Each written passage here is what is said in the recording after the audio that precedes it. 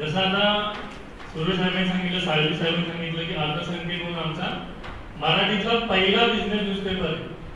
मराठीमध्ये प्रसार माध्यम भरपूर आहेत, सगळ्यांनी दुसरं काय वाढवलं ते चालते, मला आनंद होतो. मराठीमध्ये असंख्य प्रसार माध्यम आहेत, न्यूज चॅनल्स आहेत, मनोरंजनाची चॅनल्स आहेत, पण त्याच्यामध्ये आपल्याला दाखवतात काय? खून, मारामाऱ्या, बलात्कार, क्रिकेट, राजकारण, ह्याने आपल्याला काय फायदा होणार आहे? हे विषय हवे आहेत, मान्य आहे, पण सातत्याने त्याच गोष्टी आपल्याला दाखवल्या जातात.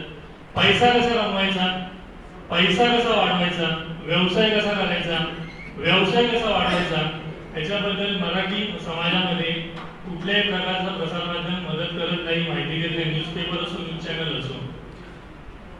त्याच्यामुळे काय झालं की आपण ह्याच गोष्टींमध्ये घरामध्ये बोलल्या जातात, मित्रपरिवारामध्ये बोलल्या जातात, समाजामध्ये बोलल्या जातात की ज्या प्रसार माध्यमांमध्ये दाखवल्या जातात. खून, मारामाऱ्या, बलात्कार, क्रिकेट, राजकारण आपल्यासाठी आयुष्य तेवढंच बनून गेलं.